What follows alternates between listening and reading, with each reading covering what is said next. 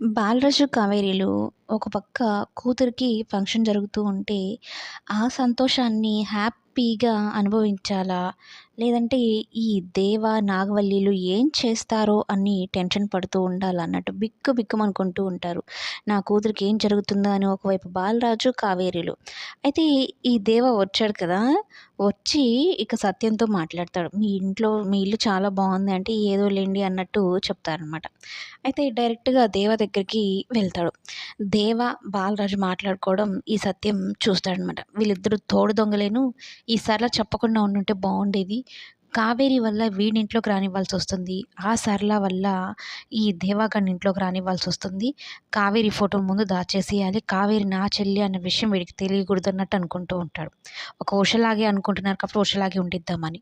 ఓవైపు దేవ ఫ్యామిలీని చూసిన తర్వాత కావేరికి ఎక్కడ లేని టెన్షన్ మొదలైపోతుంది. ఎక్కడ చిన్ని బాలరాజుని నాన్న అని, తనని అమ్మ అని పిలిచేస్తుందో అని చిన్నికైతే ముందే జాగ్రత్తలు చెప్పుంటుంది.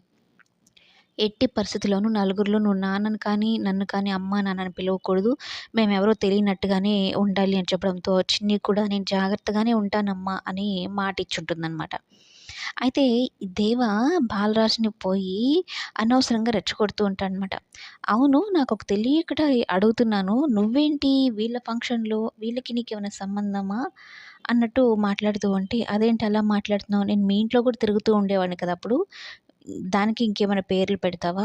మాహి వీళ్ళందరూ నాకు మంచి ఫ్రెండ్స్. చిన్ని వీళ్ళందరూ నేను స్కూలుకి తీసుకొని వెళ్తాను కాబట్టి, చిన్నికి ఫంక్షన్ అయితే నేను రాకుండా ఎలా ఉంటాను? మహి కానీ, చిన్ని కానీ, చందు కానీ, లోహిత కానీ వీళ్ళందరూ నాకు తెలిసిన వాళ్ళు, మంచి స్నేహితులు.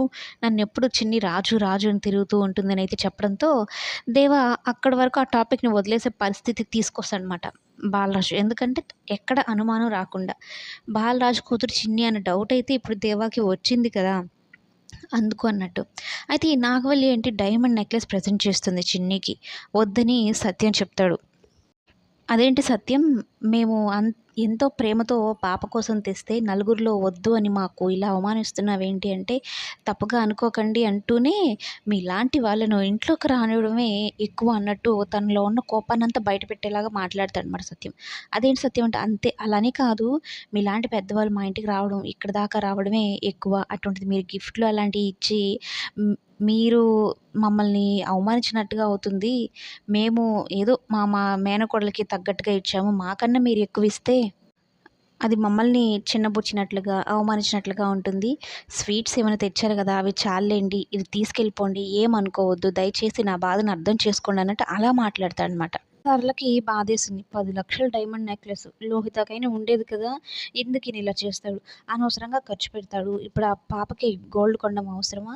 కొన్నాడు. సరే ఊరికే గోల్డ్ వస్తుంది కదా! అంటే తీసుకొనివ్వడు అంటూ బాధపడుతుందనమాట. మా ఇంటి పైనున్న ఆ టీచర్ గారి దగ్గరే మేమేమి తీసుకోలేదండి గిఫ్ట్‌గా ఇస్తాను అంటే, మీరేమనుకోవద్దు.